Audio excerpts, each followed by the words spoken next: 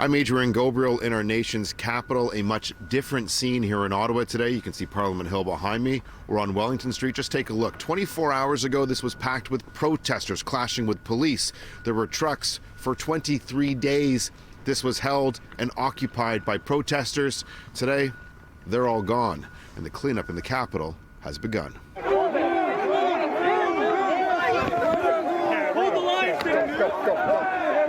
What a difference a day makes.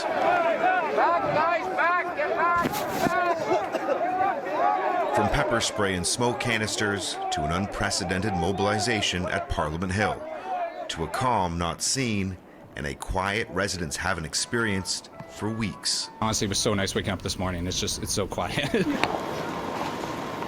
Police smashed their way into one of the last remaining parked trucks in the protest area this morning, while a K9 unit sweeps through and clears a pickup truck nearby. This is the scene on multiple streets here, just 24 hours here on Kent. It was lined with protesters, lined with trucks. Now it's basically empty. One big rig, a pickup truck, and this camper remains. Police telling us not to go inside because they've yet to go in to clear it. I was charged on 3 counts. What's your charges? Mischief, obstruct property, and obstruct a police officer. CityNews was on the front lines yesterday when this protester was arrested. He shared his thoughts shortly after being released on bail by police. What's your thoughts today as you look around? The streets are cleared, most of the protesters are gone. Well, I tell you, it's very different than when I left. There was a lot of people. It was still going strong, and when I came back, it was completely gone. So it's a bit surprising. I didn't think it would happen so fast. What's your plans now? Well, we're from 25 hours away, and this is our last day in our hotel, so we're gonna head home. Only a small group of protesters remain on the streets.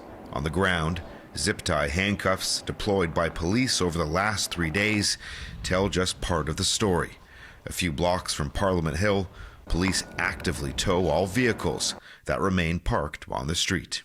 So you weren't here protesting? Not here protesting, parked in a parking area that's free parking today, and they're towing, and they broke the back window of my car. So your truck's a casualty of the protest. Yeah, and now they're saying they're holding the truck for 7 days. A heavy police presence remains in place. These blue fences now erected to hold back any potential resurgence of protesters. Parliament Hill, even the National War Memorial, off limits to the public for now. This is not the normal state of our city. Despite the successes of the past few days, we still require these measures to prevent unlawful protesters from returning. It was a party. It was a frat party. There were people with no shirts on. They're chugging beers. Like, that's not a protest. Area residents Elise Van Herk and Alex Kuhn have endured much of the 23-day occupation from their nearby home.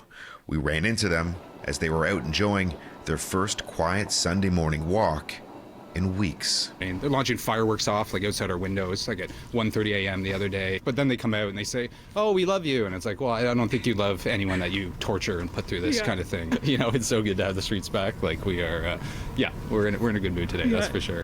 So when will the city be restored to the citizens of Ottawa still remains unknown. The fences, they remain in place for the time being. I'm Adrian Ghobrial for City News.